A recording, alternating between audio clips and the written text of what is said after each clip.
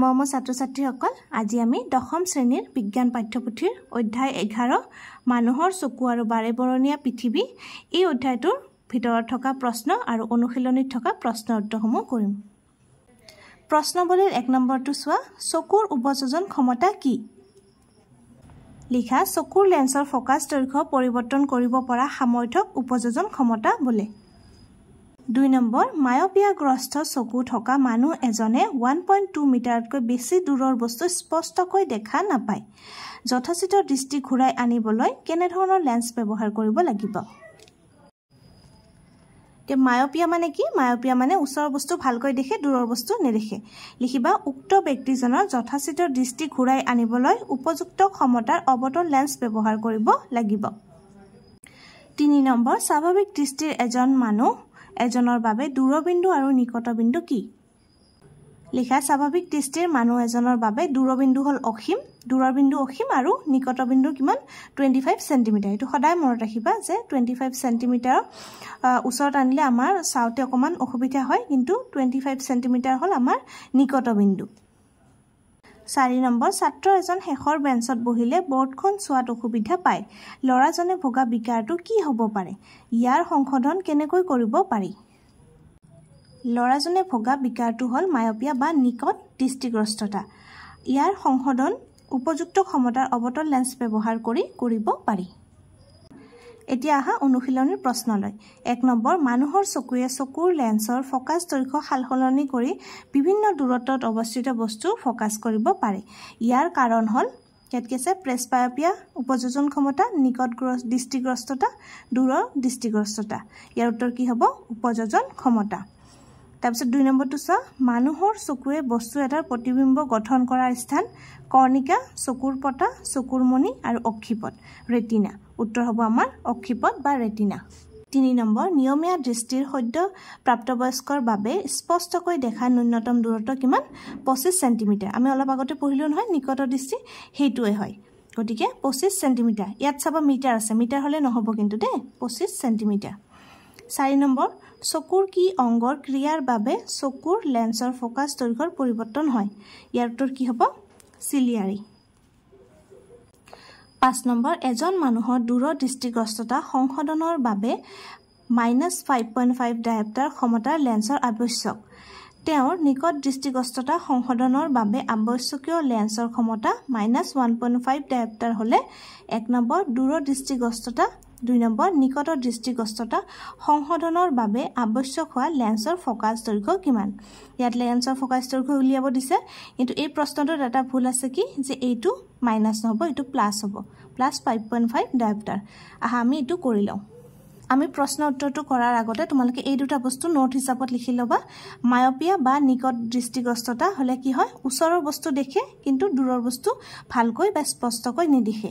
আৰু ইয়াৰ সমাধান কি? যে অৱতল লেন্স ব্যৱহাৰ কৰি এইটো দূৰ কৰিব পাৰি। আৰু এটা আছে হাইপাৰমেট্ৰপিয়া বা দূৰ দৃষ্টিগ্ৰস্ততা। এইটো মায়োপিয়াৰ ওলোটা, ওচৰৰবোৰ ভালকৈ নেদেখে কিন্তু দূৰৰ বস্তু ভালকৈ দেখে। আৰু ইয়াৰ সমাধান কি? এইটো উত্তল হ'ব দেই, উত্তল লেন্স ব্যৱহাৰ কৰি ইয়াৰ দৃষ্টিটো ঘূৰাই আনিব পাৰি। গতিকে এই দুটা বস্তু তোমালোকে নোট হিচাপত লিখি ৰাখা। প্ৰথম আমি দূৰদৃষ্টিগ্ৰস্ততাৰ বাবে কৰোঁ। দিয়া আছে কিমান? ক্ষমতা P = এইটো আমি প্লাছ ঠিক কৰি ল'লোঁ, 5.5 ডায়েপ্টাৰ ফোকাছ দৈৰ্ঘ্য উলিয়াব লাগে। আমি জানো, আমি পোহৰৰ প্ৰতিফলনৰ প্ৰতিসৰণ পঢ়োতে পাইছোঁ, ক্ষমতাৰ ফৰ্মুলাটো কি? 1/f।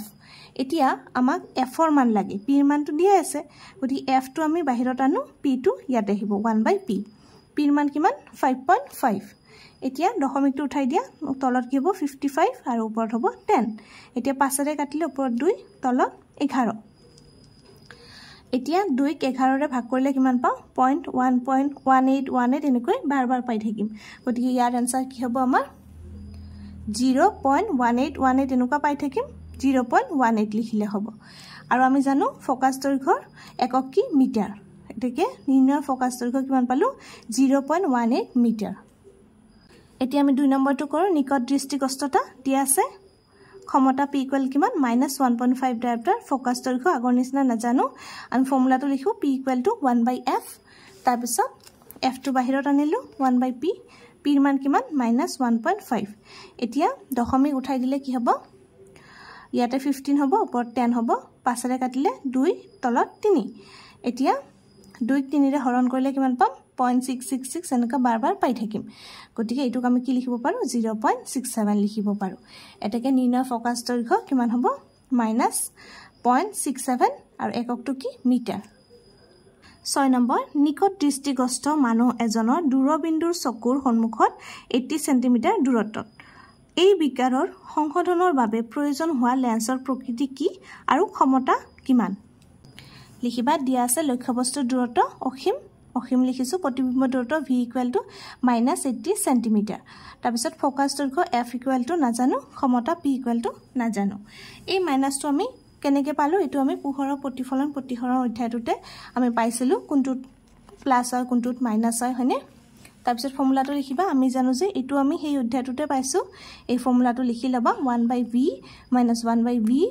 u = 1/f মান কিটা বহাই দিয়া v ৰ মান কিমান -80 এটো ইনফিনিটি অসীম আৰু ফোকাস দৈৰ্ঘ্যটো নাজানো এতিয়া 1 ক ইনফিনিটি দি হৰণ কৰিলে কি পাও আমি 0 পাও কাৰণ ইয়াৰ মান কেতিয়া আমি নাপাম এতিয়া 1/f ইফালে আনিলো ইফালে কি থাকিব -1/80 এটাকে বজ্ৰপূৰণ কৰা f = কি হ'ব -80 সেন্টিমিটাৰ কিন্তু ফোকাস দৈৰ্ঘ্য আমি জানো ফোকাস দৈৰ্ঘ্য মিটাৰত আনিব লাগে মিটাৰত থাকে গতিকে এই 80 সেন্টিমিটাৰক যদি মিটাৰত আনিব লাগে আমি 100 ৰে হৰণ কৰিব লাগিব 100 ৰে হৰণ কৰিলে 0 0 কটাকটি যাব 10 ৰে 8ক ভাগ কৰিলে কিমান হ'ব আমি এনেকৈ ৰাখো যেহেতু আমাক ক্ষমতা উলিয়াব লাগিব গতিকে মানটো এনেকৈ ৰাখিলে আমাৰ হিসাব কৰিবলৈ সুবিধা হ'ব আকৌ p = 1/f f ৰ মানটো আমি পালো কিমান -8/10 এটো উলটাই দিলে ওপৰত 10 যাব তলত কিমান থাকিব 8 থাকিব এতিয়া 2 ৰে কাটিলে ওপৰত 5 তলত 4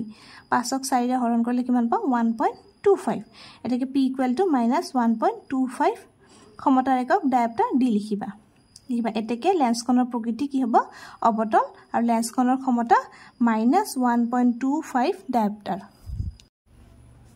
7 নম্বৰ দূৰদৃষ্টিগ্ৰস্ততাৰ সংশোধন দেখুৱাই ৰশ্মিচিত্ৰ অঙ্কন কৰা দূৰদৃষ্টিগ্ৰস্ত চকু এটাৰ বাবে নিকট বিন্দু 1 মিটাৰ এই বিকাৰৰ সংশোধনৰ বাবে প্ৰয়োজন হোৱা লেন্সৰ ক্ষমতা কিমান ধৰি লোৱা স্বাভাৱিক চকুৰ বাবে নিকট বিন্দু 25 সেন্টিমিটাৰ উত্তৰ লিখা দিয়া আছে লক্ষ্যবস্তুৰ দূৰত্ব u = কিমান নিকট বিন্দু -25 সেন্টিমিটাৰ প্ৰতিবিম্বৰ দূৰত্ব কিমান -1 মিটাৰ 1 মিটাৰক সেন্টিমিটাৰত নিলে কিমান হ'ব 100 সেন্টিমিটাৰ ফোকাস দৈৰ্ঘ্য নাজানো ক্ষমতা নাজানো এতিয়া লিখিবা আমি জানো যে ফৰ্মুলাটো লিখি পেলাই মান কিটা বহা v ৰ মান -100 u ৰ মান -25 এতিয়া 1/100 -100 প্লাস 1/25 = 1/f এই 1/f টো ইফালে আনিলে এইখিনি গোটেইখিনি এইটো ফালে যাব গতিকে প্লাস থকাটো আমি আগত লিখো 1/25 মাইনাস দি পেলাই 1/100 এতিয়া লসাগু উলাই ল 25 আৰু 100 ৰ লসাগু কিমান 100 25 ক 100 ৰে ভাগ কৰিলে কিমান হ'ব 4 4 * 1 4 -1 ঠিক 1/f কিমান পালো 3/100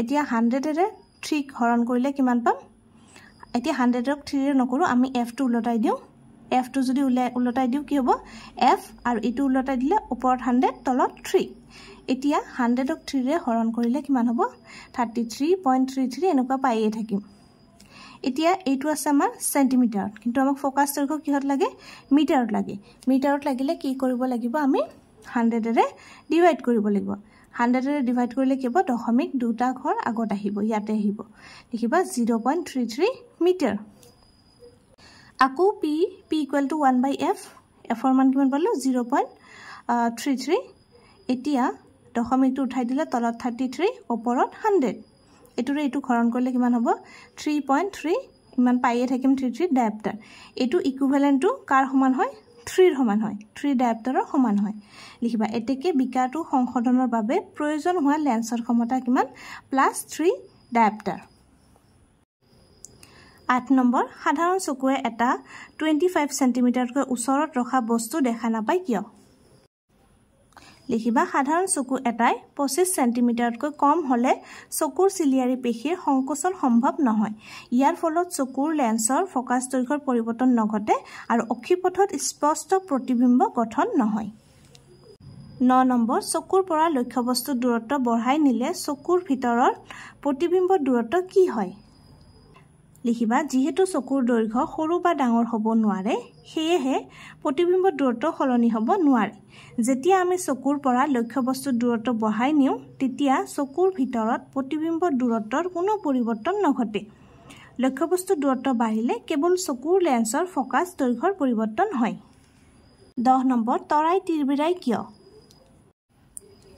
লিখিবা তৰাৰ তিৰবিৰণী পোহৰৰ বায়ুমণ্ডলীয় প্ৰতিসৰণৰ বাবে হয় যদি 1 মাৰ্কৰ বাবে আহে তোমালোকে এইটো লাইন লিখি দিলে হৈ যাব আৰু যদি 2 3 4 এনেকুৱা আহে তেতিয়া বাকিখিনি লিখি দিবা যেহেতু তৰাবোৰ আমাৰ পৰা বহু দূৰত থাকে গতিকে ইহতক পোহৰ বিন্দু বুলি ধৰিব পাৰি যেতিয়া তৰাৰ পৰা অহা পোহৰ পৃথিৱীৰ বায়ুমণ্ডলত প্ৰৱেশ কৰে তেতিয়া বায়ুমণ্ডলৰ বিভিন্ন স্তৰত বায়ুৰ ঘনত্ব কম বেছি হোৱা বাবে পোহৰ অবিৰতভাৱে প্ৰতিফলিত হয় এইদৰে তৰাৰ পৰা পোহৰৰ গতিপথ পৰিৱৰ্তন হৈ থাকে বাবে তৰাৰ আপাত অৱস্থান পৰিৱৰ্তন হৈ থাকে আৰু চকুত সোমোৱা পোহৰ কম বেছি হয় সেয়েহে তৰাবোৰ তিৰবিৰাই থকা যেন লাগে